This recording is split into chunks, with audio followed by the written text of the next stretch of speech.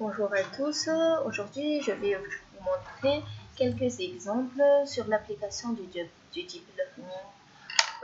On va voir l'application du Deep Learning dans le domaine médical. La liste ci-dessous que je vais vous présenter n'est certes pas complète, mais elle fournit un aperçu utile de l'impact du machine learning sur l'industrie de la santé. Voyons d'abord le premier, qui est la diagnostic médicale en images. La vision par ordinateur a été l'une des percées les plus remarquables grâce à l'apprentissage automatique, le machine learning, et l'apprentissage en profondeur, le deep learning. La vision par ordinateur, aussi appelée vision artificielle ou vision numérique, permet à une machine d'analyser, traiter et comprendre une ou plusieurs images prises par un système. L'initiative InnerA de Microsoft travaille actuellement sur des outils de diagnostic d'images et l'équipe a publié un certain nombre de vidéos expliquant leur développement.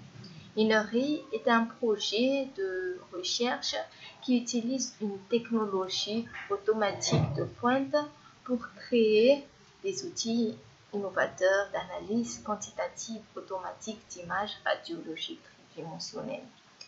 L'apprentissage en profondeur, le deep learning, jouera probablement un rôle de plus en plus important dans l'application de diagnostic à mesure que le deep learning devient plus accessible et que de plus en plus de sources de données, c'est-à-dire comme les formats d'imagerie médicale, deviennent une partie intégrante du processus de diagnostic de l'intelligence artificielle.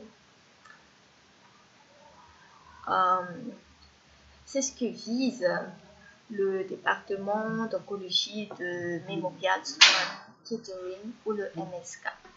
Nous allons maintenant parler d'une autre application de deep learning dans la médecine, c'est-à-dire la collecte de données médicales à grande échelle ou externalisée. L'accent est mis sur la mise en commun des données de divers appareils mobiles afin d'agréger de nombreux sens et davantage de données sur la santé en direct. Nous voyons ici, par exemple, le Research Kit Table qui vise à atteindre cet objectif dans le traitement de la maladie de Parkinson ou du syndrome d'Asperger, en permettant aux utilisateurs d'accéder à des applications interactives dans le machine learning pour la reconnaissance faciale qui évalue leur état au fil du temps. Il y a aussi IBM qui s'efforce d'acquérir toutes les données de santé qu'il peut puiser, c'est-à-dire du partenariat avec Medtronic à la compréhension du diabète et des données relatives à l'insuline en temps réel jusqu'au rachat de la société d'analyse des soins de santé de Chuven Hill. Malgré le déluge considérable de données sur les soins de santé fournis par Internet et des objets, l'industrie semble toujours essayer de donner un sens à ces informations et d'apporter des modifications en temps réel au traitement. Les scientifiques et les patients peuvent être optimisés sur le fait que, à mesure que cette tendance des données groupées sur les consommateurs se poursuit, les chercheurs disposeront de plus de munitions pour lutter contre les maladies graves et les cas uniques. Nous allons maintenant passer à la prochaine application du deep learning, la découverte de médicaments. La découverte de médicaments apparaît comme une valeur économique relative directe pour les créateurs d'applications d'applications médicales. Les applications de santé d'IBM ont lancé des initiatives dans le domaine de la découverte de médicaments depuis ses débuts. Il y a aussi Google, qui s'est également lancé dans la mêlée de la découverte de médicaments et s'est associé à de nombreuses entreprises qui collectent déjà des revenus et gagnent de l'argent sur la découverte, en travaillant sur la découverte de médicaments à l'aide de l'apprentissage automatique. Nous allons maintenant passer à un autre domaine plus complexe, à l'application du deep learning grâce à l'intelligence artificielle, qui est la chirurgie robotique.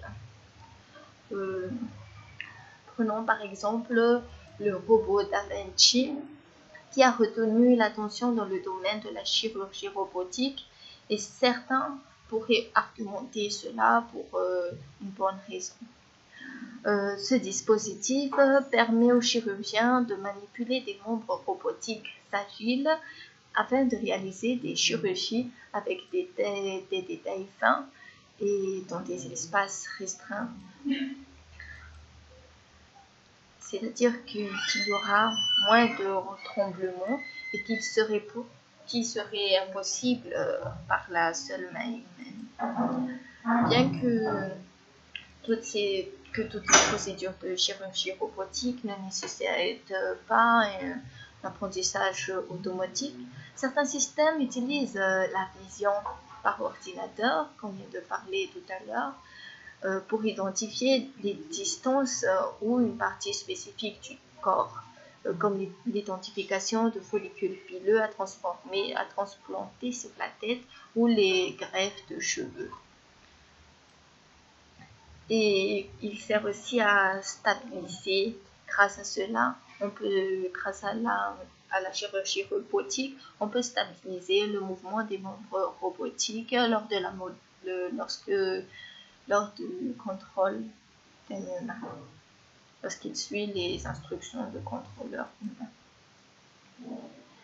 Et vous voyez qu'il y a plusieurs domaines qu'on peut utiliser dans le deep learning dans le domaine médical. Il y a encore plus que vous pouvez visiter, par exemple les infirmières virtuelles, comme que la startup Sense.ly a développé Molly, une infirmière numérique qui aide les gens à surveiller l'état du patient et assurer le suivi des traitements entre les visites chez le médecin.